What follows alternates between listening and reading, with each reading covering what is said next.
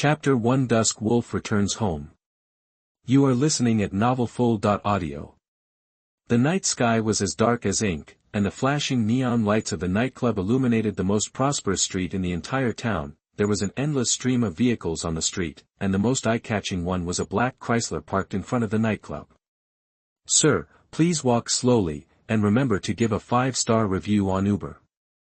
Logan Howlett watched the guests walk into the nightclub before closing the car door, smoothing his cheap suit, getting back in the car and driving away. The car passed through the bustling streets, all the way out of the town, and galloped on the wasteland avenue. As the night deepened, the roads outside the city were sparsely populated and slightly deserted. The wind blew from time to time, rolling up the yellow soil on the ground, covering the already not-so-clean vehicles with a layer of dust. Ding-dong. The mobile phone screen suddenly lit up, and a text message came in. Caliban, the professor's medicine is running out. Logan drove with one hand, looked at the text message, and sighed helplessly. I'll find a way. He typed a response with one hand, his face full of exhaustion. The professor's medicine was running out again. Without the suppression of the medicine, once he got sick, it would be an unimaginable disaster. Logan put down his phone and touched his pocket. Alas, the shrunken wallet made him sigh helplessly. How long has it been since he traveled through time?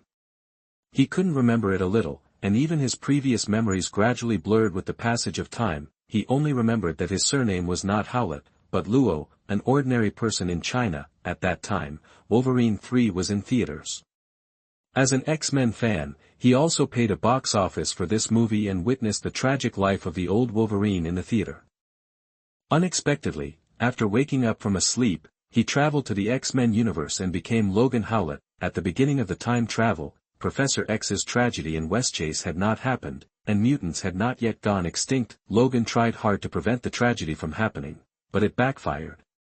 Even though he knew some of the events in advance and tried his best to prevent Professor X from accidentally losing control, but in the end, he couldn't do it. Professor X's loss of control in Westchase caused hundreds of deaths. This incident shocked the whole country, and people's fear of mutants deepened to the extreme. The government, which was already afraid of mutants, took the opportunity to impose compulsory control on mutants and developed drugs for genetic defects, making mutants unable to reproduce, trying to completely erase the existence of mutants. Logan, who came through time, was also powerless to save the situation.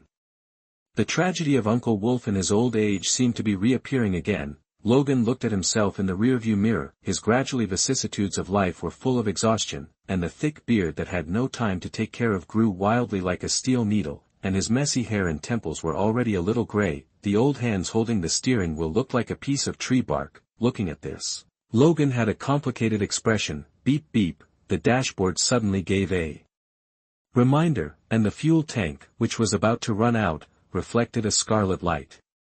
Damn it! Logan slammed the steering wheel irritably. Years of escape and the departure of relatives and friends around him made him anxious and irritable, and he often got restless because of some trivial things. Fortunately, there are many motels in this desert. This kind of motel that integrates hotels, restaurants, and gas stations is very common in St. Anthony. Logan has lived in Texas for many years and has long been a frequent visitor. He drove the car to the door of a hotel with a sign on, turned off the engine and got out of the car, and pushed the door in with ease. James, I haven't seen you for 2 days. Uncle Crew at the front desk put down the wiped wine glass, stretched out his hand and greeted Logan with a smile. James is another name for Logan. After all, the name of Logan Howlett has been on the wanted list for a long time. As a desperado who needs to hide his identity, it is obviously inappropriate to make his real name public. Haven't seen me for 2 days, have you been burning with desire? Logan threw the car keys to the clerk beside him and asked him to refuel his car. He sat in front of the counter. Same old, a bottle of wine. There are too many troubles in life, so he has to use alcohol to numb the messy troubles in his heart. Alcohol has gradually become an indispensable spiritual pillar in his life. Drunk driving is not good. Crew laughed and teased, but still turned around and took out a bottle of wine from the wine rack and handed it over. Logan took the wine and was not in a hurry to drink it. The spokesperson of the wine on the bottle caught his attention. The tight-fitting battle suit with blue, red and white interlaced outlines the muscle lines of the spokesperson perfectly. He dragged the vibranium round shield in one hand and held a bottle of wine in the other hand, with a smile on his face. The new spokesperson, Captain America. Crew followed Logan's gaze and reminded him with a chuckle. I thought he would be the ambassador of Prohibition. Logan bit open the bottle and sneered in response. The aroma of the wine filled his nose. It was also after a long time of crossing that Logan realized that the universe he was in had some subtle changes from the X-Men universe he had seen in the movie before. This is not just a new timeline of the X-Men, but a timeline that also has the existence of the Avengers. It is now 2012, which is the time when the Avengers rose. It is a pity that the Avengers did not exist during the glorious period of the X-Men, so the two sides did not have any intersection, but the funny thing is that people only know the Avengers. The streets are full of Avengers posters and news programs, but no one knows that the X-Men have also shed blood for this country and this land, and even for saving the world. Under the deliberate exaggeration of the government, the mutants in people's impression have gradually become a group of unstable factors that endanger social security. It's hard to say. Captain Rogers was a soldier. You know, in their time, alcohol was an indispensable material on the battlefield. Crew shrugged and explained, Captain America is a product of World War II. In that era, alcohol became the only choice for soldiers to charge forward without fear. Logan didn't speak. Look, people only know Captain America, but don't know that Wolverine withstood the bombing of the atomic bomb in World War II. He shook his head and sighed, raised his head and filled his mouth with a big mouthful of wine. The hot liquor slid down his throat and went down his stomach, as if the fatigue of the day also disappeared, and the alcohol that surged into his mind slightly awakened this already exhausted body. Soon, most of the bottle of wine was gone. Bang! A gunshot rang out. Suddenly, and the harsh sound was particularly loud in this silent wilderness. Fuck! Crew was startled, and the wine glass he was wiping fell on the bar, but he had no time to pay attention, and suddenly looked up at the door. Damn, what's going on? Logan suddenly remembered that his car was still outside, and the gas clerk had not returned yet. He felt something was wrong and turned around to check. San Antonio is not a good place. Every year, countless Mexicans and illegal immigrants run into Texas, and many of them choose San Antonio. These guys without identity and jobs have made the whole San Antonio a mess, and there are few competent stupid policemen who only take taxpayers' money, which makes criminals more unscrupulous and crimes rampant. Robbery at night has almost become one of the few means of survival for Mexicans and hungry illegal immigrants. It is not new that there are a few unclaimed bodies outside the wilderness every day. Boy, hand over the keys, quickly. 5 Mexicans surrounded the black Chrysler, and their black skin almost blended into the wilderness. One of them held a steaming pistol in his hand and pointed it at the frightened clerk, threatening him to hand over the keys. Hey, man, that Chrysler can't seat 5 people, and it's worthless. Logan cursed as he walked out of the door and strode forward. Crew, who was following closely behind him, looked panicked and reminded, James, be careful, that he knew that these Mexicans were all desperate criminals who often did these shady things in the wilderness, and even many people had died under their guns. They were a group of murderous villains. Old man, is this car yours? The Mexicans turned their attention to Logan. The man with the gun pointed the gun at Logan without hesitation, with contempt in his eyes. Obviously, they didn't take this old man who looked over 50 and was drunk seriously. Of course. Logan's eyes were a little confused, and the alcohol took over his brain at an inappropriate time, but fortunately he was still conscious. He reached out from his pocket and took out $500 and handed them over. Take them and leave. No one will call the police here, and no one will get hurt.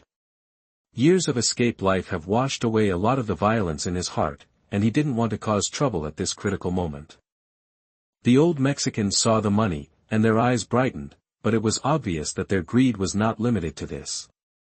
The old Mexican with a gun laughed and said, Old man, kill you, the car and money are ours. They committed many crimes, and at least 7 or 8 people died in their hands. They didn't mind taking more lives. Besides, there were many old men with corpses in the wilderness, and the police were too lazy to investigate. The reaction of the old Mexicans made Crew's heart tighten. James, as soon as his voice fell, a gunshot came instantly. Bang. The harsh sound echoed in the wilderness. The old Mexican holding the gun had already pulled the trigger wildly, his expression still playful. The life of an old man was obviously insignificant. Damn it, Logan cursed, and his body almost reacted subconsciously, twisting his head to the left. The whistling bullet was wrapped in scorching heat, almost brushing his ears, and hit the wall of the hotel behind him fiercely, leaving a steaming black bullet hole. For a moment, the surroundings were completely silent, and everyone stared at Logan in amazement. The old Mexicans looked at Logan, who turned his head, and then looked at the pistol with steam coming out of the muzzle in his hand, and felt that their heads exploded immediately. He actually dodged the bullet. The original fearlessness gradually dissipated, and looking at Logan, who was gradually getting angry, inexplicable fear grew in the hearts of the 5 people. Crew was also stunned, staring at Logan's back in disbelief. He always thought that James was just a drunken private car driver, but now, this guy's identity is obviously not simple. Since you don't want to talk properly, let's change the way. Logan's eyes were gloomy, and he clenched his fists with gritted teeth. 3 small holes gradually tore between his finger bones, as if something was about to come out. Chapter 2, Twilight Wolf's Counterattack, Awakening New Abilities. You are listening at NovelFull.audio. Logan clenched his fists and stared coldly at the 5 old men in front of him. This body is old, but he is not a fish on the chopping block. A few old MO with guns can bully him at will. Boy, come on together. Logan's son stared at the few people coldly, and before waiting for the gun-wielding Lao MO to pull the trigger again, he slammed his back foot on the ground, jumped up high, like an old wolf pounced on his prey, and hit Lao MO hard with his huge fist. He did not reveal his steel claws. On the one hand, his old body prevented him from extending his steel claws, and on the other hand, he did not want to reveal his identity. The characteristics of the steel claws are too obvious. Once word spreads, the group of guys who want to put mutants to death may immediately notice San Antonio. He doesn't want to give up this relatively peaceful life yet, but even if he didn't use the steel claws, the strength from his muscles and fists could still beat old MO until his nose was broken, his eyes turned white, and he fell straight in front of Logan and passed out. Oh my God! Crew, who was hiding half of his body behind the hotel door, was stunned. I really underestimated James before. This alcoholic chauffeur probably has many unknown past events. The other 4 Lao MO looked at the leader, who fell on the ground with blood oozing from his mouth and nose, and they were a little confused for a moment. After looking at each other, the 4 of them swallowed subconsciously. He is alone. One of them suddenly shouted, "Come together." That the 4 of them immediately took out their sticks from their pockets and swung them violently, then strode towards Logan. Lao MO, who was rushing at the front, raised his black swing stick high and slammed it down on Logan's head without hesitation.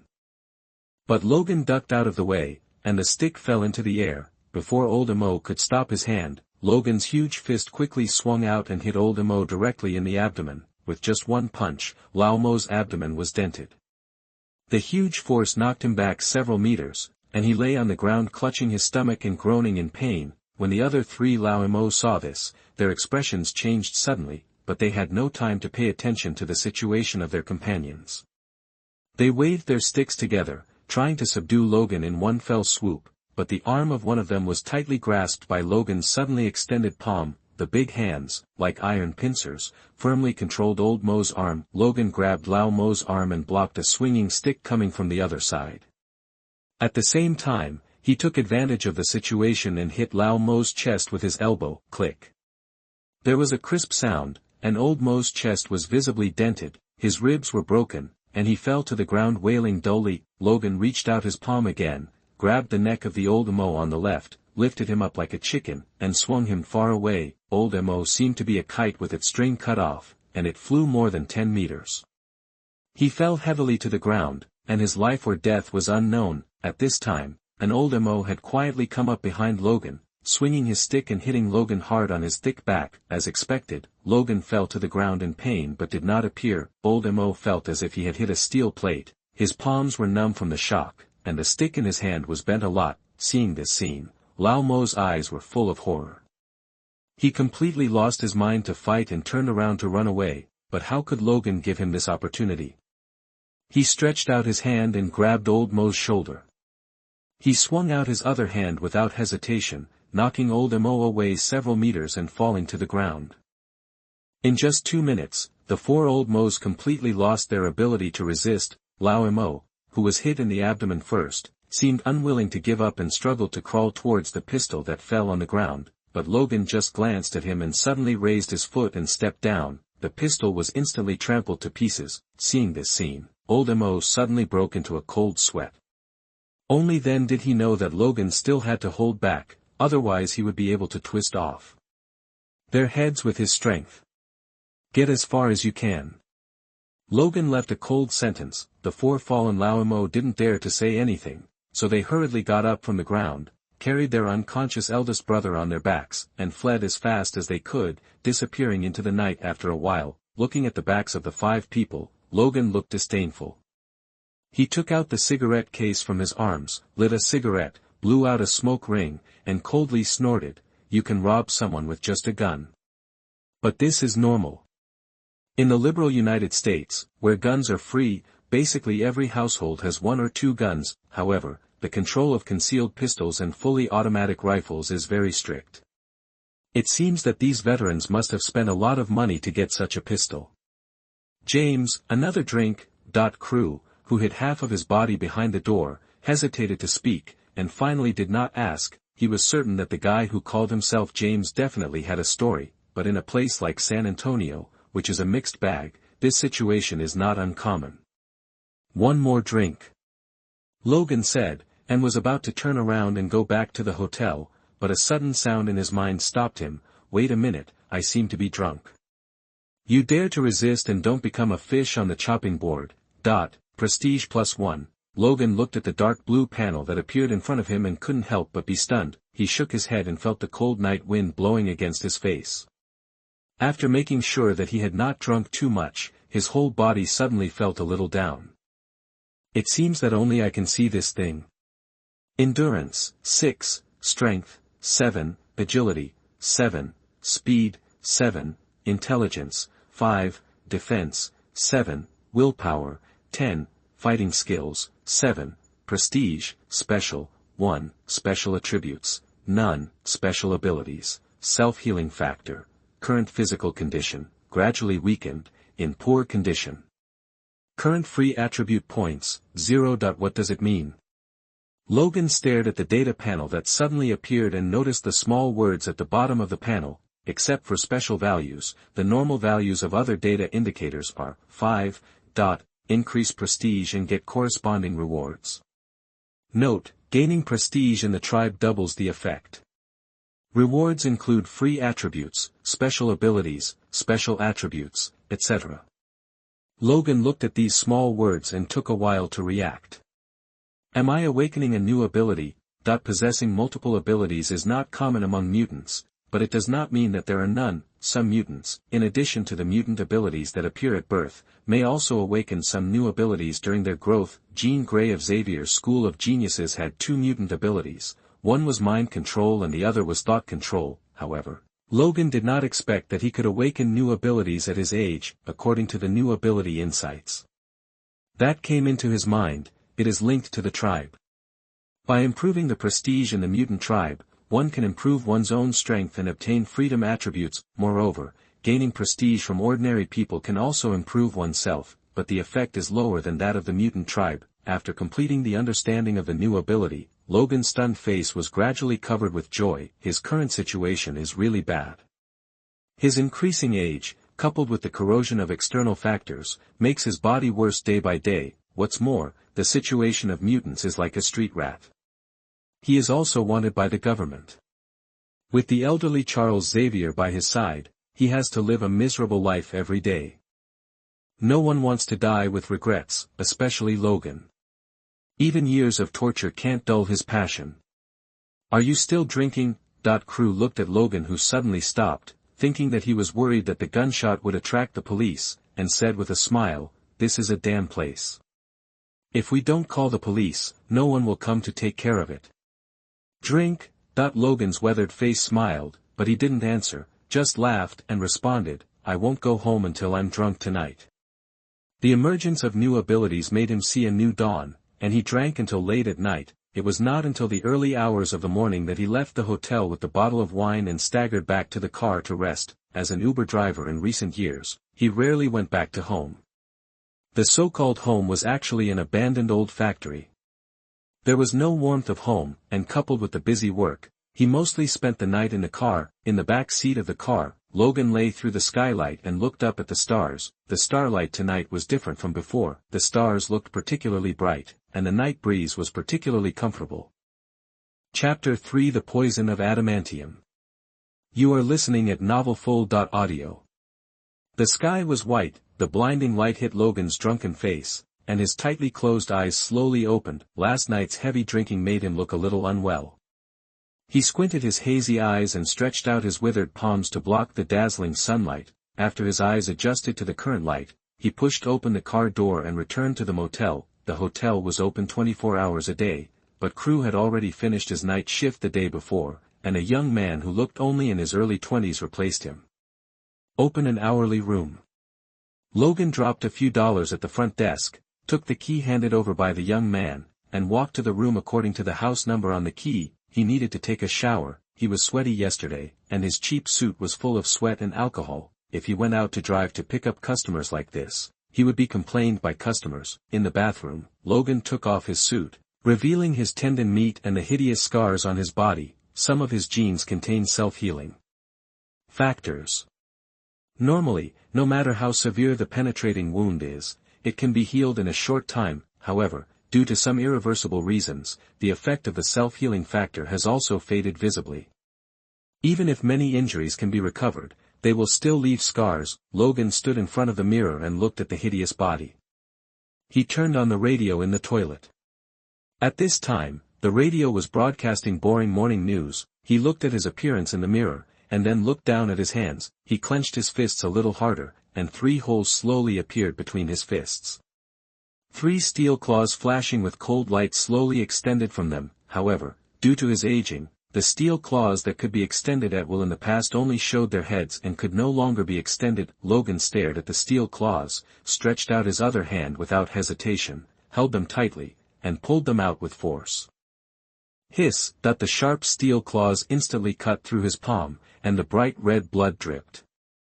The stinging pain of the torn palm instantly awakened his still somewhat confused brain, but he ignored it, and the panel appeared with a thought: current physical condition, gradually weakening, in poor condition.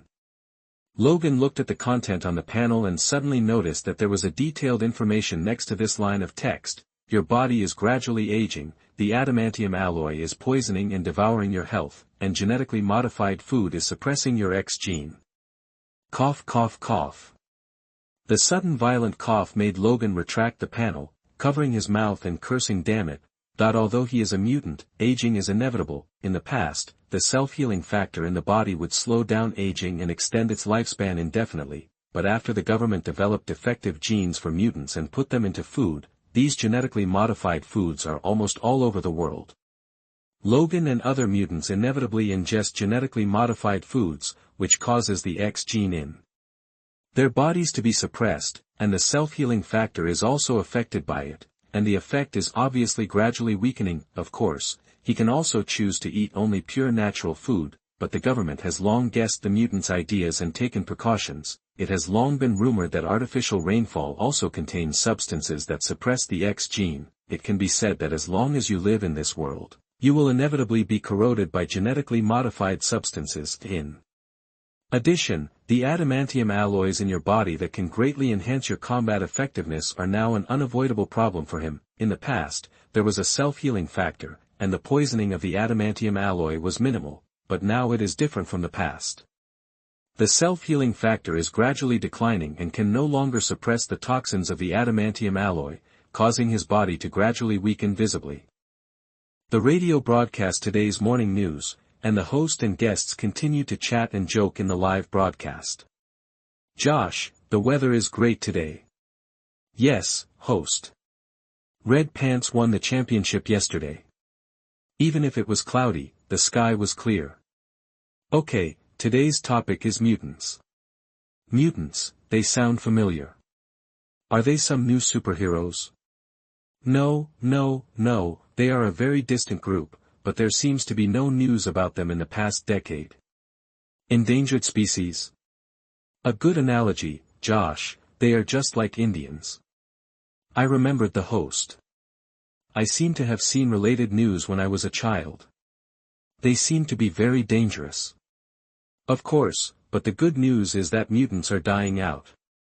Extinction will be inevitable. This group of dangerous guys will become history. Bang! Logan decisively hung up the radio, his eyes full of coldness. Extinction. Extinction.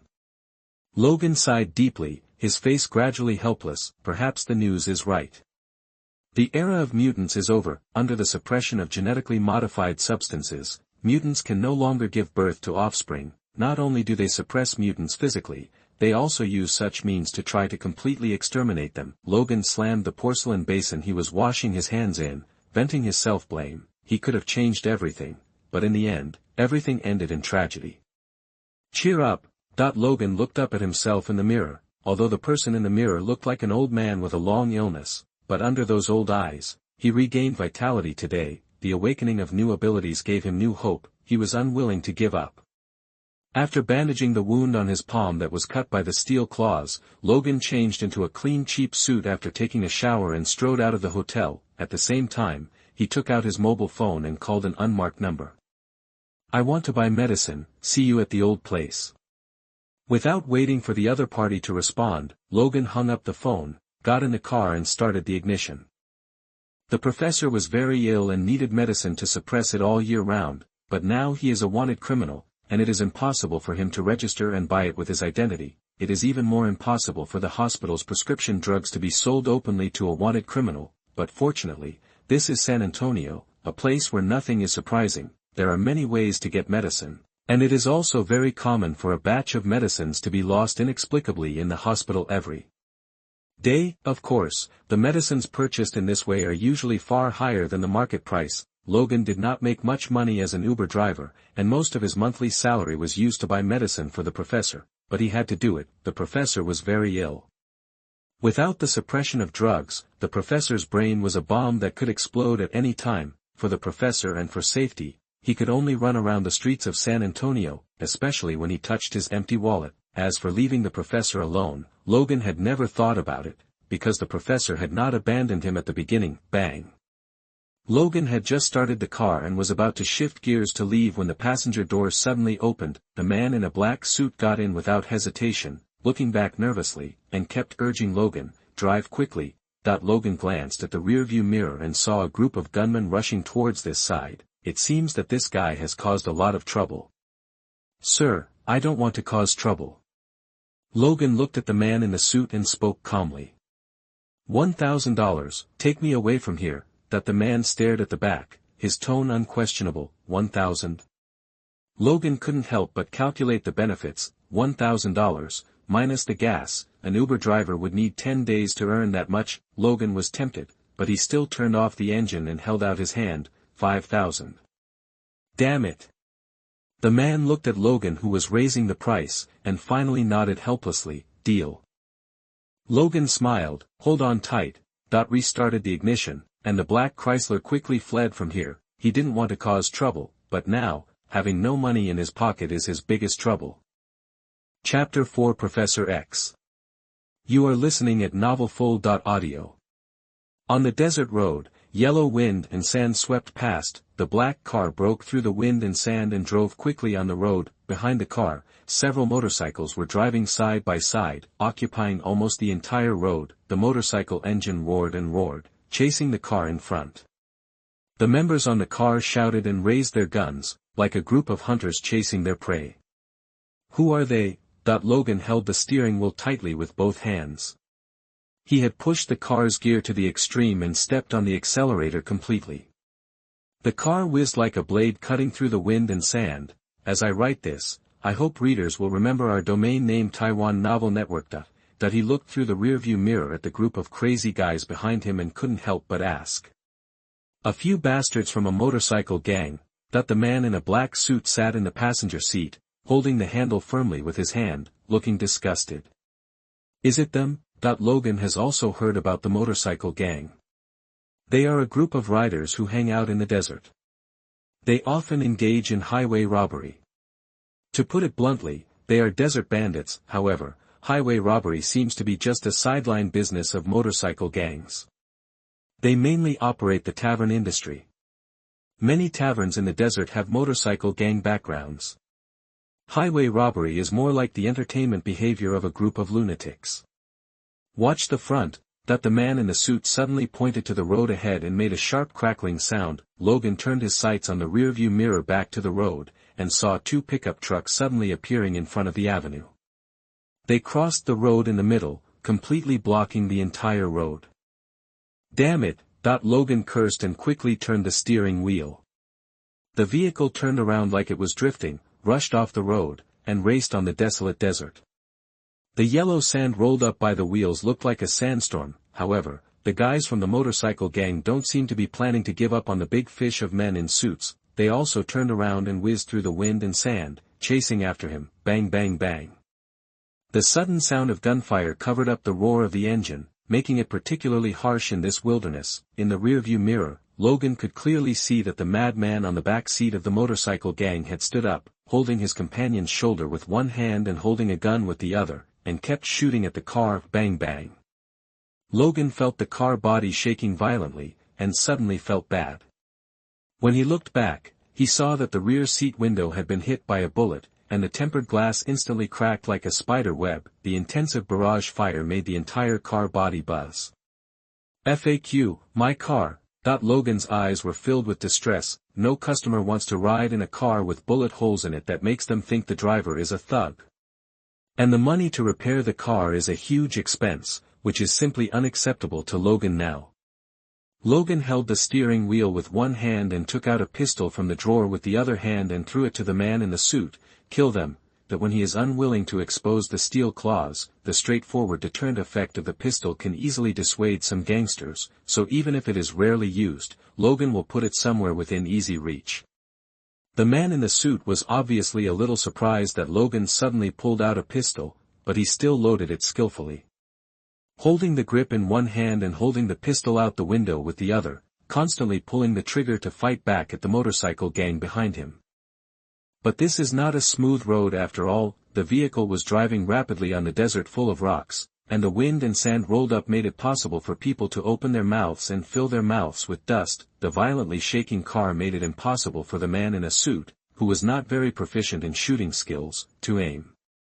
After a few rounds of bullets were fired, he was miles away from the target. Bang bang bang. The madman from the motorcycle gang continued to shoot. Logan could see several more clear bullet holes in the car through the rearview mirror, which made him completely furious. He grabbed the gun from the man in the suit and shouted, "I'll do it." That when the man in the suit saw that Logan's hands were about to leave the steering wheel, his expression suddenly turned pale. "I'll pay for the repairs, so quickly put your hands on this damn steering wheel." Compared to the crazy shooting of the crazy group of motorcycle gangs, he was more afraid that the vehicle would roll over at this speed. Logan ignored the man in the suit's warning, held the steering wheel with one hand, and leaned half of his body out of the window. The howling wind completely messed up his cheap suit, and his messy hair was instantly covered with a thick layer of yellow sand. The car shook violently, twisting wildly in the desert like a dragon wagging its tail, and it might roll over at any time. At this speed and in such an environment, once it rolls over, the entire car will be scrapped instantly, and the passengers will die from the violent impact as soon as it rolls over. The man in the suit's face was pale, his breathing was rapid, his hands were tightly holding the handle, and his whole body was curled up on the chair. He felt that Logan was 100 times crazier than those crazy motorcycle gangs. However, Logan didn't care and aimed at the group of crazy guys behind him in a weird posture. Bang! After a crisp gunshot, a clear bloody hole appeared on the forehead of a motorcycle driver. The unbalanced motorcycle fell over and rolled violently in the wilderness. The two people on the car were thrown away. The huge inertia caused their bodies to be instantly torn apart by the stones in the wilderness. Although Logan is famous for his steel claws, he was a veteran of World War II before that, and he has not forgotten the firearms skills engraved in his bones. Bang bang bang. After several consecutive shots, all 5 motorcycles fell over. In such an environment and speed, it was basically impossible to survive the accident. The bodies would be completely covered by the yellow sand in a short time. No one is chasing me. Logan sat back down, threw the gun onto the passenger seat, leisurely took out a cigarette, lit it with the car's cigarette lighter, and blew out a puff of smoke. "You are such a madman," that the man in a suit sat in the passenger seat and gasped for breath. The thrill just now left him still frightened. "Don't forget, the money to repair the car," Logan just said indifferently and controlled the car back to the main road. Without the pursuit of the motorcycle gang, there would be no more interruptions along the way, and the car entered the city of Santa Fe in a short while. Once here, the situation of the man in the suit is completely safe. Motorcycle gangs rarely dare to cause trouble in Santa Fe City. "Dude, thanks." In front of a construction company, a man in a suit got out of the car and handed a thick envelope, $10,000, and the other $5,000 is enough to repair the car. Although this guy is crazy, the man in the suit is willing to pay for such peace and quiet. Logan took the envelope and simply glanced at it without counting it on the street. The principle of keeping wealth private applies everywhere, especially in a place like this. The man in the suit did not leave directly, but took out his business card from his arms and handed it over. "My name is Chris Lawrence.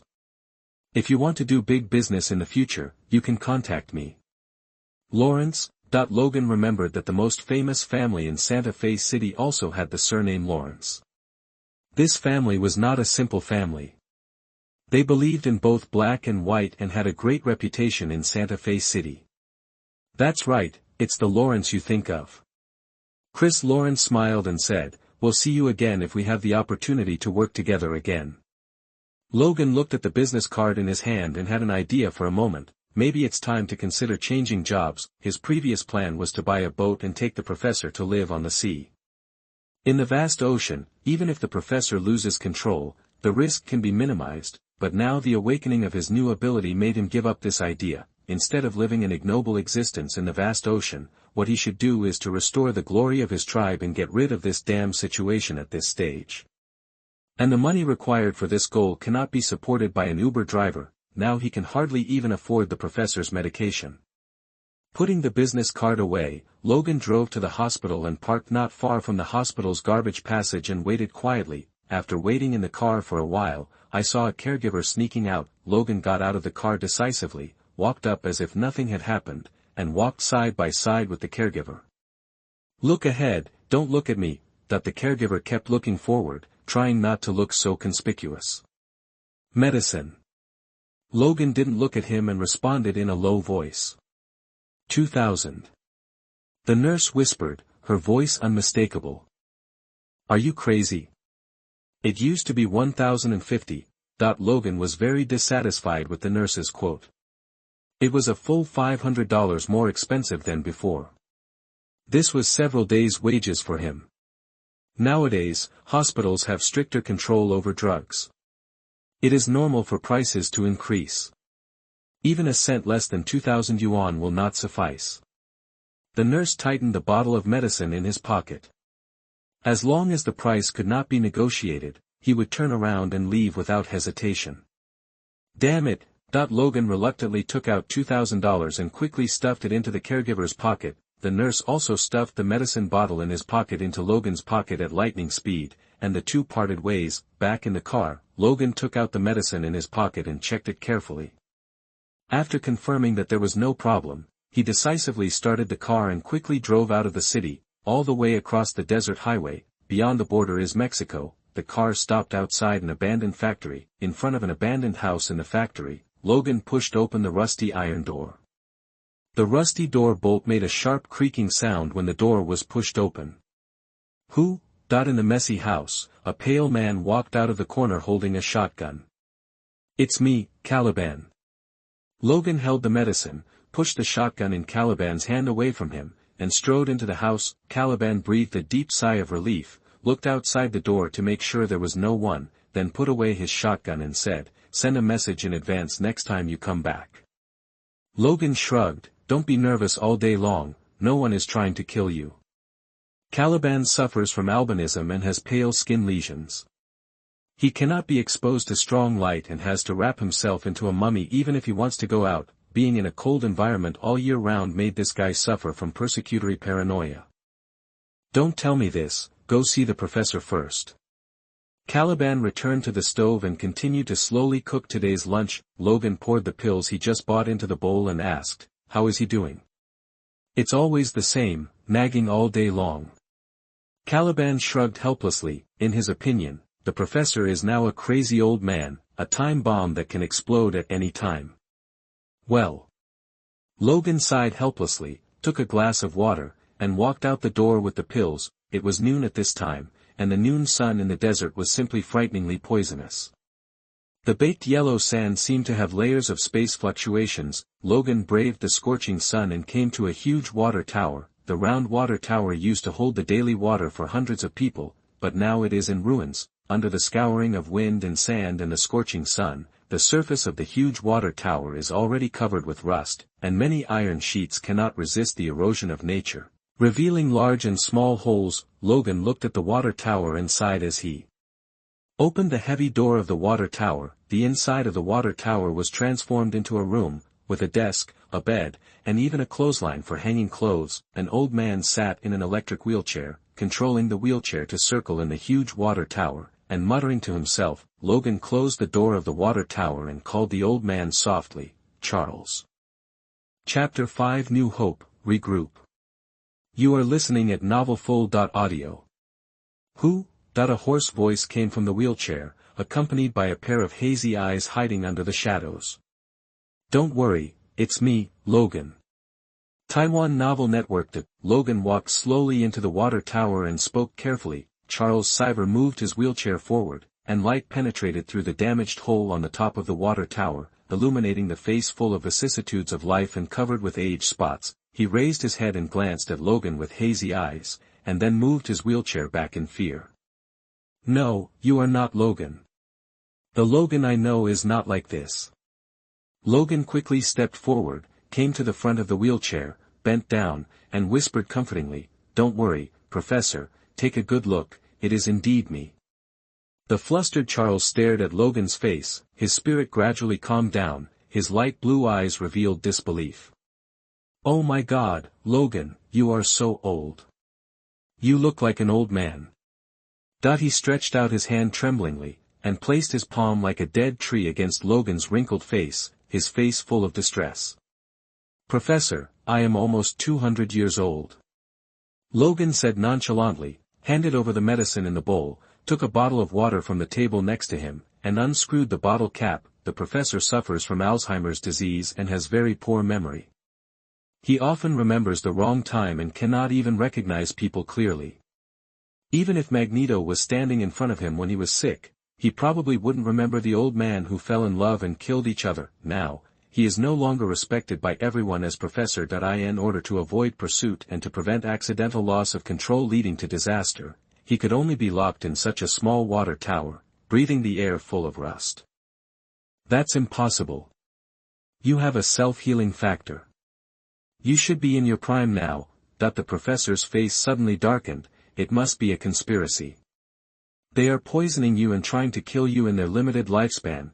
Logan looked helplessly at the suddenly irritable professor, handed over the bowl of medicine again, and patiently comforted him. Take the medicine first. The professor looked at the pills in the bowl, his face full of resistance, but when he looked up at Logan's unquestionable eyes, he seemed like a child who was afraid of his parents.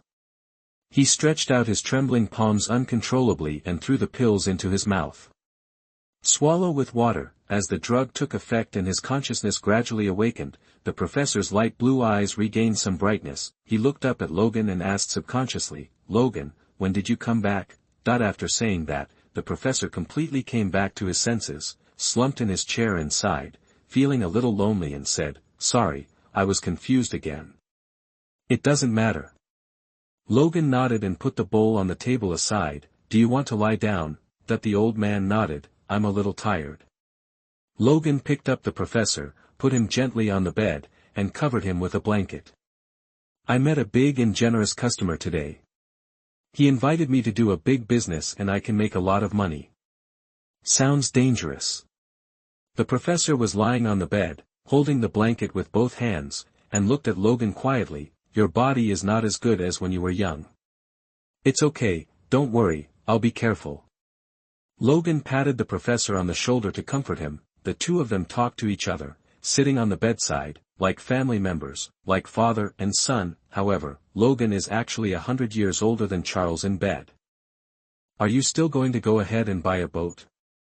Charles suddenly asked, and before Logan could answer, he immediately said, Are you going to take me on the boat with you and live like this for the rest of your life? Are you willing? That's where we belong. Logan shook his head slowly. We are all old, and the number of mutants has become much smaller. We are also being pursued by the government. At sea, both you and me, and other ordinary people, will be safer. But that's not the life you pursue. After Charles sighed, he turned his head and no longer looked directly at Logan. He has always been aware of Logan's thoughts. This guy is not a person who is willing to be mediocre. The sea is not Logan's true destination, which is contrary to his original thoughts. He didn't want to see Logan end his life wandering at sea. He could have had a more glorious chapter, but now Logan had to give up these glories. Logan was silent for a long time, and suddenly said softly, I planned to find a mutant shelter recently. Charles was obviously stunned for a moment, and quickly turned his head to look at Logan, making sure that Logan was not just trying to make himself happy. The frail old man suddenly smiled and said with great relief, This is Logan. Difficulties will never convince him. He knew how to find a mutant sanctuary and find his own tribe, which meant that Logan was already planning to regroup. This is the real Logan, not a drunken Uber driver. The professor stared into Logan's eyes, with determination hidden under his old eyes. Do what you want to do, you will be a good leader, and our tribe needs a leader like you. Logan nodded silently. Before yesterday, he really wanted to find a ship and take the professor on the sea. He even found the seller of the ship. Even the ship's quantifier name was the Jusun, chosen by the former Uncle Wolf boat, but, just as the professor said, he was indeed unwilling. As a time traveler, how can I be willing to do so? But now he is too old, his self-healing factor is suppressed by genetically modified substances, and the adamantium alloy is poisoning his body every moment. Even if he is unwilling to grow old, this body can no longer tolerate his tossing. However, with the awakening of new abilities, his silent heart beat again yesterday. New abilities, new hopes, perhaps, everything is not over yet. Logan slowly raised his head and looked outside through the hole in the water tower. It is already evening, and the sun setting into the horizon illuminates the sunset glow of the desert red. Charles yawned long, and sleepiness was written on his face. He was prone to sleepiness after he got sick, just like many elderly people who need to sleep for a long time, but the quality of sleep is very shallow, and some slight noises can wake them up. Go to sleep. Logan gently patted his shoulder and soothed him to sleep. After Charles closed his light blue eyes and his breathing gradually stabilized, Logan slowly stood up. Logan. Charles suddenly woke up and grabbed Logan's wrist, like a child who was afraid of sleeping. I'm outside. Logan gently patted the back of Charles's hand. Don't worry, nothing will happen. Yeah. Charles then carefully withdrew his hand and continued to close his eyes. After making sure Charles was asleep, Logan sighed softly and walked out of the water tower carefully. After Logan left, Charles, who should have been asleep, suddenly opened his eyes. His light blue eyes were shining, staring at the entrance of the water tower, and talking to himself meaningfully. Logan Howlett. Chapter 6. He is the wanted criminal Wolverine. You are listening at NovelFull.audio. Logan sat outside the water tower, took out a cigarette from his pocket and lit it, looking at the sunset on the horizon. Finally, he took out his mobile phone and the business card and dialed the number on the business card. It's me, James. Taiwan Novel networked. When the call was connected, Logan spoke first. Chris Lawrence on the other end of the phone was obviously taken aback, and then his tone became cheerful again.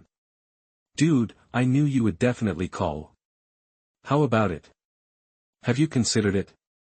Working with me will definitely have a better future than being an Uber driver. I need a decent paycheck. Logan didn't greet him too much. As long as it's not too outrageous, I can accept it. I think you also know the strength of our Lawrence family. Money is only a small issue. Chris is obviously very satisfied with Rogan's strength, and he likes Rogan's style of doing things. What do you need me to do? Logan took a puff of cigarette and spoke indifferently. It's hard to talk on the phone. Are you free tomorrow? How about we meet at the construction company at 11 o'clock in the morning? Okay. Logan hung up the phone and stuck the cigarette butt into the soil. In the past, he didn't like to have too much contact with these wealthy families, but now he has to deal with them. In this world, it's hard to move without money. Even if he is Wolverine, he can't make gold out of thin air, whether it was the original plan to sell the boat and go into seclusion, or to leave San Antonio to find a shelter where mutants gathered. A lot of money would be needed. With his current job as an Uber driver, he was unable to collect that much money. If he wanted money, he could only choose to cooperate with Chris. Although such cooperation may greatly increase his risk of being discovered, he has no choice. Moreover, after working as an Uber driver for so many years, receiving countless passengers, and wandering around San Antonio for so long without being recognized, perhaps the world has long forgotten about him. Being discovered by someone should only be a small probability event. Logan stood up, dusted himself off, and went back to his room to rest, waiting for his first meeting with the Lawrence family tomorrow. Santa Fe City can only be regarded as a regular city, but it has hundreds of years of history. Due to its geographical location, it is a desert all year round and is mainly based on agriculture. Before the Civil War, slavery was prevalent here. Santa Fe City. Many wealthy businessmen today got their start from the dividends of slavery. The same is true for the Lawrence family. They were former farmers and occupied a lot of the means of production in Santa Fe City. Together with several big families, they made a lot of money in Santa Fe City. Later, due to the defeat of the Civil War, the policy changed. Coupled with the development of the Industrial Revolution, the changes of the times accelerated. In just a few decades, this land underwent earth-shaking changes. Railroads and roads connected the entire United States. Together, nearby towns gradually merged, and the current city of Santa Fe was established on the wasteland. After the abolition of slavery, several major families turned to other businesses and relied on investing in emerging industries to continue the family to this day. The same is true for the Lawrence family. They seized on the loopholes in the U.S. Prohibition law and made a fortune by running a bootlegging business, and even became the largest family in Santa Fe. Speaking of which, perhaps due to genetic reasons, the Lawrence family also made Logan feel somewhat familiar. After all, he was also a farmer before. Before the family changes, he was the heir to the farm. After the reform of the Prohibition law, the bootlegging business suffered a major blow. Fortunately, the ancestors of the Lawrence family made wise choices and successfully transformed into coal mining by relying on the huge wealth earned from running bootleg liquor. Today, most of the coal mining business in Santa Fe City is owned by the Lawrence family. Coupled with the logistics industry they have developed in recent years, the Lawrence family has absolute say that no one can shake. James, I'm happy for your arrival. You made the right decision. Chris smiled and led Logan into a solemn office. The luxuriously decorated office is like a palace. There was already a middle-aged man in a black suit waiting on the leather seat behind the floor-to-ceiling window. Let me introduce to you, this is my father, Mr. Lawrence. Chris introduced Logan with a smile, sitting on the leather sofa with a Monty cigar in his hand. The whole room was filled with a strong smell of cigars. When Mr. Lawrence saw Logan, he was obviously stunned for a moment, and then a smile appeared on his face. Hello, Mr. Lawrence. Logan greeted him politely. It seems my son is right, Mr. James, you look like a ferocious tiger. Lawrence stared at Logan, smiled and pointed to the table and chair in front of him. Please sit down. What do you need me to do? Logan sat on the sofa and asked straight to the point. Lawrence put his cigar on the ashtray and stared at Logan. Mr. James, can I trust you? Sure. Logan nodded in response, and I believe you have already investigated me, otherwise I would not be allowed to set foot here. He knew that these wealthy businessmen were very cautious and would not let anyone enter their lair without investigation. Fortunately, Logan also believed in his ability to disguise. No one in the entire Santa Fe city knew his true identity except the professor and Caliban. So far, he has not been recognized. Clever. Lawrence smiled. We have a batch of goods that will leave in 3 days. It may take about 10 days to deliver. The goods are valuable and special. There are many people who covet them. Our current security team lacks an outstanding leader. I wonder if Mr. James has so much time. Remuneration. Logan spoke calmly. Compared with danger, he cares more about money now. Lawrence raised 2 fingers, $20,000. I believe this is a reasonable offer. Logan lowered his head and thought for a while, earning $20,000 in 10 days. This does sound like a very tempting price, comparable to his 3-month salary as an Uber driver, but behind this high offer, the risk factor is probably not small. After thinking for a while, Logan nodded. Deal. This high offer makes Logan willing to take such a risk. He only needs one more order to earn enough money to leave. A wise choice. Lawrence squinted his eyes and smiled, picked up the cigar again and took a puff. Come here in 3 days, I will give you detailed arrangements. Logan nodded, said nothing more, stood up, closed the door and left. As the door closed, Lawrence, who was originally calm, suddenly fell.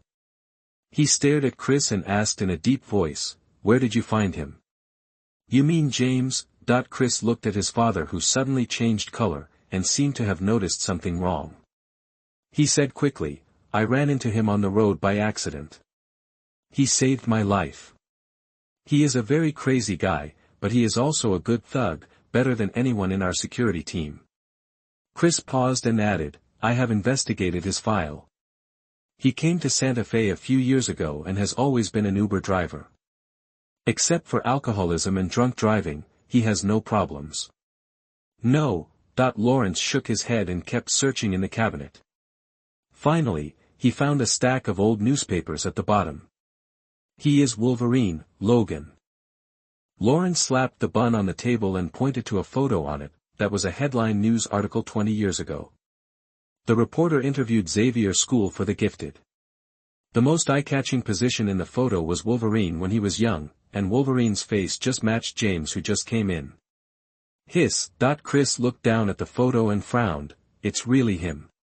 Although he is much older now than he was more than 20 years ago, I can be sure that they are the same person. The disgusting smell on him is as bad as other mutants. They are all a bunch of cheap things. Lawrence's eyes were cold and he extinguished the cigar in his hand fiercely. "Let the servants clean the office again later." Chris nodded, but still didn't understand. Doesn't this guy know that he is a wanted criminal? He dares to work as an Uber driver. Isn't he worried about being recognized? The most dangerous job is usually the safest. Lawrence said, "No one can imagine that the former Wolverine would become an Uber driver." "So are you going to replace him now?" Chris asked. "The government's attitude towards mutants is very clear now. It is not a wise choice to cooperate with a mutant at this juncture. Once he is discovered by the government, it will probably have a significant impact on the entire Lawrence family. No, we need such guys. Although they are all inferior people, they are indeed a group of fearless guys in fighting."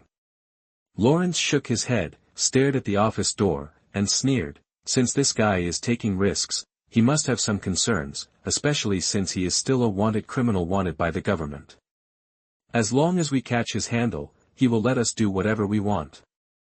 Chapter 7 Escort the goods out of the city. You are listening at NovelFull.audio. Logistics is one of the main businesses of the Lawrence family. With a large amount of capital investment, they quickly occupied the largest logistics market in the entire Santa Fe city. The largest logistics warehouse in the west of Santa Fe City is an industry owned by Lawrence Group. Countless containers sail here every day and are then transferred to various ports in the world.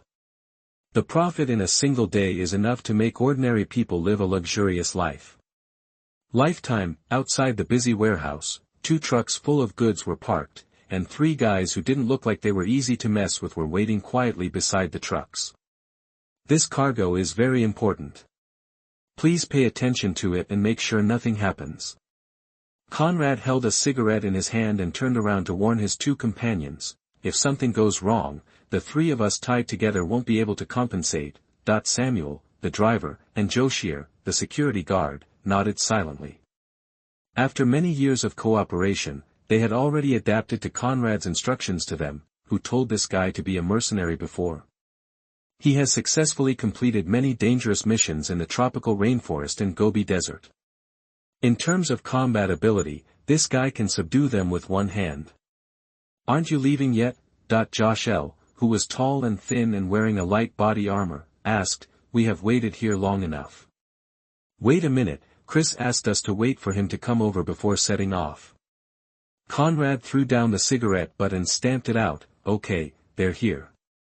After saying that, he straightened his clothes and strode towards Chris, who was walking from outside, but then he noticed an old man with a beard next to Chris. Are there any other arrangements, Mr. Chris? We are all ready. Conrad smiled and spoke to Chris. Chris did not respond directly, but turned to introduce to Logan beside him. This is Conrad. He used to be a mercenary and has very strong fighting ability. As he spoke, he turned to look at the driver on the other side. His name is Samuel. He has excellent driving skills. Even when driving on the most rugged mountain roads, he can make you sleep extraordinarily peacefully in the car. There is also Joshua. He is proficient in assembling various firearms and his driving skills are surprisingly good. He is the driver of the second car. Logan was still wearing the cheap suit. He looked at the three people in front of him and nodded lightly. Hello. Chris smiled, then pointed at Logan and introduced, this is Mr. James. He will complete the mission with you. I hope you can have a happy cooperation. By the way, you must obey James for any problems on the road. Arrange. Conrad glanced at Logan in surprise. He looks at least 60 years old. Mr. Chris, are you sure you're not kidding? Of course not. Chris looked at Conrad, his tone unquestionable. I believe in my vision. Mr. James will be a good leader. If you want to get money, you'd better do as I say. In the face of money, Conrad finally chose to remain silent. He just looked at Logan up and down, his brows furrowed, and he was obviously a little embarrassed to ask him to obey the old man's order. Okay, let's go. I hope you have a smooth journey. Chris smiled and pointed to the van. Logan said nothing and strode towards the co-pilot of the first truck. The other people said nothing more and turned around to get in the car, but before Josh turned around, Chris pulled him out alone and whispered in a low voice, keep an eye on James on the road. That guy is not trustworthy. If there is any change, I don't mind if you bring his body back, but you must be careful. If you do it, make sure you hit it with a fatal blow. He is a dangerous guy. Joshua glanced sideways at Chris's fierce eyes, then turned to look at Logan, who was already in the car, nodded silently, and turned around to get in the car. The two cars left the warehouse and drove on the highway in the desert. Logan looked out the window at the endless desert and remained silent. This time the destination is Las Vegas, Nevada, which is very far away from Texas. At the same time, this is also the first time Logan has left San Antonio and Texas, after staying in San Antonio. For so long, he almost forgot what the outside world was like. He thought he would remain a hermit in San Antonio until he earned enough money to take his professor to the sea to retire. Unexpectedly, now I have to leave this dry desert early for $20,000. Looking at the scenery outside the window, Logan looked complicated, filled with emotions in his heart, and let out a long breath. Do you want to smoke? Samuel suddenly handed over a cigarette. He already had one in his mouth, and the smoke he exhaled was instantly dispersed by the wind outside the car. Thank you. Logan took the cigarette, lit it with the cigarette lighter and took a deep breath. The white smoke blew away in the wind. Is this your first time participating in an escort mission? Samuel asked as he drove the car. Logan just nodded. If you steal Conrad's position as team leader, that guy will definitely feel uncomfortable. Be careful, he is not easy to mess with. Samuel was holding a cigarette in his mouth, holding the steering wheel, and spoke casually. Logan looked at Samuel in surprise. Logan was a little surprised by the other party's words. He didn't expect that he would say this to him. I just do it for the money, nothing else. Logan responded indifferently. He would leave as long as he made money. As for the team leader, he didn't care. Who among us is not interested in money? Samuel smiled and shook his head, but people like us can only earn some hard-earned money at most. If we want to earn more US dollars, we can only enter the Lawrence family. Once we set foot there, we can truly get rid of the bottom and enter the upper class. Conrad wants to enter the Lawrence family. Logan glanced at the rearview mirror and looked at the truck behind him. He suddenly understood why Conrad cared so much about the position of team leader. Samuel nodded. Of course, that guy is very ambitious, and the team can complete the task well. Chris and others will naturally credit the credit to the team leader, so Conrad usually takes the position of team leader very seriously. In short, you should be careful. For the position of team leader, he may try his best to find fault with you, and may even deliberately make some noise to delay or fail the task, showing that he is the only choice for the team leader, so that Chris and others will pay more attention to him. Samuel may not want to let anything go wrong during the task, or he may be kind and let Logan be careful of Conrad. Thank you for your reminder. Logan nodded indifferently. He didn't care about Conrad's potential threat. Samuel smiled. Don't thank me. If there is a problem with the mission, my bonus will be reduced. I hope this trip will be safe. While chatting, the vehicle arrived at the checkpoint on the Texas border. As a federal country, each state even has its own unique laws. If you want to travel across states, you need official certificates. This is also the reason why Logan rarely goes out after entering Texas. As a wanted criminal by the government, he obviously can't get a certificate from formal channels, but it is obvious that the Lawrence family has already opened up the network of relationships here. The truck with the Lawrence family logo does not even need to stop at the checkpoint. It drives out of the checkpoint unimpeded and successfully crosses the Texas border. As Chris said, this is a very long journey. Nevada is very far away from San Antonio. It was only halfway through the journey until the sun went down. However, after leaving San Antonio, the original desert gradually faded, and lush green plants began to appear on both sides of the road. The route they chose was a forest road. At the end of the road was a small town. The convoy needed to cross the town before entering the new highway. Let's take turns tonight. I don't want to waste time on the road. Logan glanced at the gradually darkening sky and turned to look at Samuel. The longer you delay on the road, the more things may happen.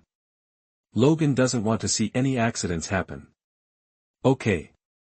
Samuel obviously didn't care about running all night, picked up the walkie-talkie and said, I'll tell them. However, as soon as the voice fell, Samuel's face suddenly froze when he looked at the rearview mirror. Wait, what are they doing?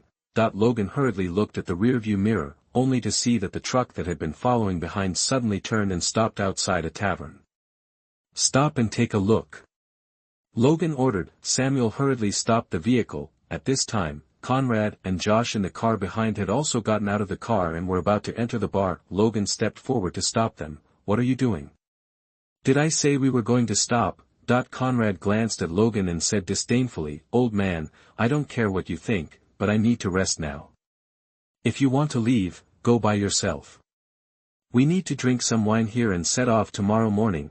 Logan frowned and said with a sullen face, I say, get in the car now and drive overnight. Conrad just glanced at Logan, snorted coldly, strode forward without caring, and pushed Logan away with his shoulder and walked into the bar. Chapter 8 Provocation, Logan's Majesty. You are listening at NovelFull.audio. Conrad walked into the pub without looking back. This guy is always like this. Samuel looked at the door of the pub and shook his head helplessly. I'll go call him out.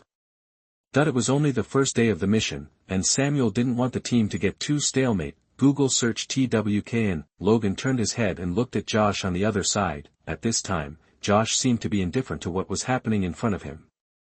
He stood there motionless, with his hands on his chest, looking like he had nothing to do with it. Logan thought for a while, and pulled Samuel, who was about to enter the pub. I'll go.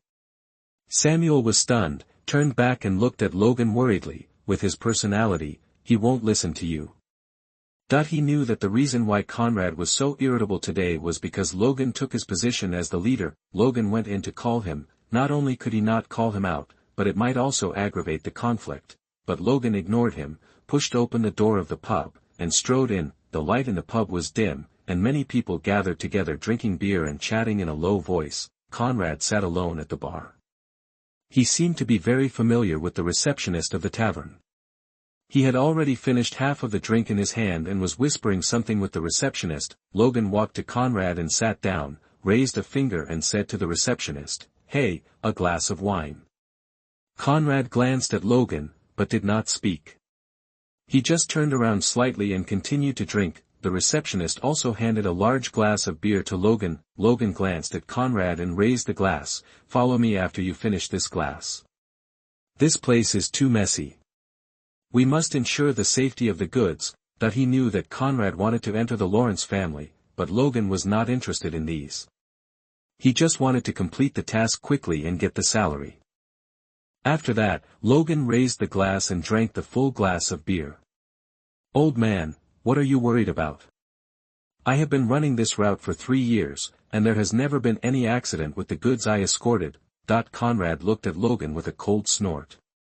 He really didn't know what was wrong with Chris's brain to let a 60-year-old coward be their leader. If something really happened, this guy might be scared to death by the gunshot. Logan didn't want to respond too much to Conrad's contemptuous attitude. Years of life on the run have taught him how to avoid unnecessary trouble. "I just want to complete the mission early, take the money and leave." Logan pointed out that he would not stay in this so-called leader position for too long, and he would leave after the mission was completed, hoping to let Conrad let go of his grudge against him. However, Logan's tolerance made Conrad even more disdainful. Conrad took another gulp of wine and snorted coldly, "If you want money, then follow my rules and sleep well here for a night." Logan stared at him coldly. His expression gradually becoming cold. Blindly tolerating him seemed unable to change this arrogant guy, so when necessary, he could only use force appropriately. "I'll give you 3 seconds to make a choice." Logan started counting directly. 1. Conrad was not afraid of Logan's dangerous eyes, but showed a face of teasing, and counted for Logan provocatively. 2, 3, 4, 5, 6. Bang! Before Conrad finished counting, a fist as hard as steel hit him in an instant. The severe pain on his face turned Conrad's countdown into a scream, and his body fell back and fell heavily to the ground, and the wine glass in his hand fell to the ground and shattered. "I am the leader of this mission. Put your bad temper back and listen to my arrangements. This is just a warning, and I don't want it to happen next time." Logan stared coldly at Conrad on the ground and put away his waving fist. "Damn it! Old man, you dare to sneak attack me." Conrad stood up with an angry face. The sudden heavy blow made his vision a little blurred. He felt a dampness under his lips. He reached out and touched his palm, which was covered with scarlet nosebleed. He stared at Logan, and his sturdy figure made him look like an angry brown bear. He didn't think that Logan was so strong when he was knocked down by Logan's sneak attack. He just thought that he was careless. If it was a head-on battle, this old man would definitely not be his opponent. He clenched his fists and raised his hands to swing at Logan. The bulging muscles on his arms showed that he had used up all his strength in this punch. If he was a normal 60-year-old man, it would be basically impossible to survive this punch. Conrad was obviously extremely angry about Logan's sneak attack. Under the influence of alcohol, his eyes were full of rage and hostility. Whisper. Logan didn't give the mercenary any face at all. He stretched out his palm and grabbed Conrad's arm like an iron clamp.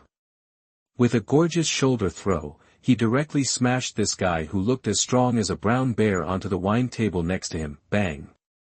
The wine table was instantly broken, and the broken wood pieces scattered all over the floor. In an instant, the tavern was completely quiet.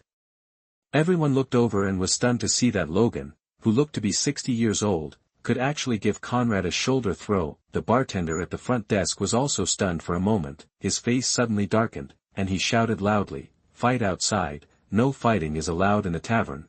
At the same time, several young men with short sticks ran out from the backstage and surrounded Logan in the middle. Don't worry, I will compensate for the losses here. This is just our private matter. Surrounded by so many people, Logan's mood did not fluctuate at all. He used the rag in front of the bar to wipe off the blood on his fists. Ahem. Conrad also stood up from the ground and stared at Logan angrily. Such an attack actually did no real harm to the former mercenary, but being so humiliated by an old man made the anger in his heart burn to the extreme. I don't need you here, I can handle it myself. Conrad spoke to the circle of young people. After finishing speaking, he looked at Logan fiercely. Okay, old man, since you don't want to live, then I won't be polite. If you have the ability, we'll see you outside. After speaking, Conrad wiped the blood on his face, turned around and strode out of the tavern. Logan didn't want to get into trouble with the tavern, so he took out $100 from his pocket and threw it on the bar, treating it as the price of the drink and the money to pay for the table, and then strode out of the tavern.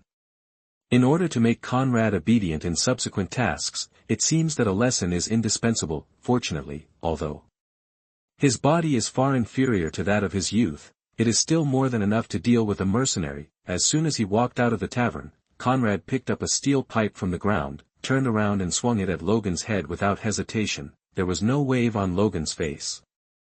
He stretched out his hand and grasped the steel pipe firmly in his hand. Then he pulled hard and the steel pipe was snatched away from him. Conrad was stunned for a moment, and surprise suddenly appeared on his face. He was very confident in his own strength.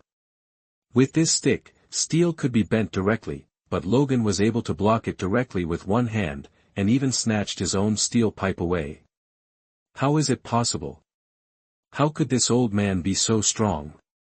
Conrad's eyes widened and he stared at Logan. He couldn't believe that an old man over 50 years old had such strength.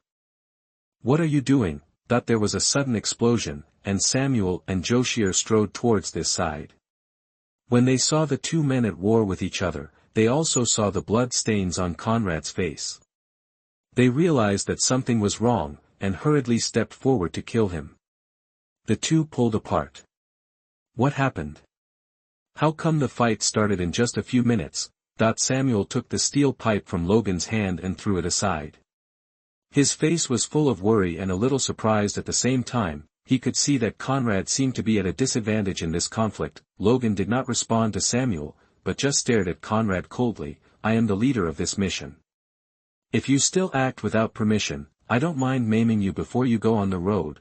At this time, Conrad was obviously still surprised by Logan's power, but he still refused to admit defeat and snorted coldly. Old man, if you have the guts, just give it a try. Samuel and Shire only felt overwhelmed and stopped them tightly, fearing that the conflict would escalate. Stop talking. Samuel tried to dissuade him. Such a thing happened on the first day of the mission. He really couldn't imagine what kind of friction there would be in the following days. Bang. Just as the two were trying to dissuade Logan and Samuel respectively, a harsh collision sound suddenly sounded. Several people were startled and quickly turned their heads to look. I saw a small dent in the rear of a truck parked on the side of the road. The culprit was a black car that crashed into it. Damn it! Samuel and Josh looked at the smashed rear of the truck, and ignored Logan and Conrad, and quickly ran towards the truck. The task this time is not to mediate disputes. The goods on the truck are the top priority. Logan and Conrad looked at each other, put aside their disputes temporarily, and stepped forward together. Why are you driving so big a truck that you can't see it? Logan asked loudly at the two people who got out of the car. Sorry. These were two black men, both very muscular. After getting off the car, they kept apologizing to Logan and the others. Their words had a very strong accent and they sounded like Mexicans. Don't worry, we'll pay for the repairs. It was just an accident. One of them, old Mo, reached into his pocket as if to take out money. His face was very sincere. Of course. Samuel stared at the rear of the truck and said angrily, the bumper has been smashed, and the repair costs are quite high. Well, don't worry, money is just a small problem. The two old Mo's looked at each other and smiled. The next moment, the old Mo who seemed to be paying the money suddenly pulled his hand out of his pocket. What was in his hand was a shiny black pistol instead of a banknote. Bang! Old Mo raised his gun and fired without hesitation. The expressions of several people suddenly changed. Samuel looked at the fire from the muzzle of the gun, and his brain suddenly shut down, unable to make any reaction at all. On the other side, Logan felt his scalp numb. His keen intuition made him react almost subconsciously. He jumped up suddenly and instantly knocked down the 3 people around him. In the flash of lightning, the high-speed rotating bullets carried blazing fireworks, almost grazing against Logan's back. The cheap suit he was wearing was torn out in an instant. A clear blood mark was left on the solid back.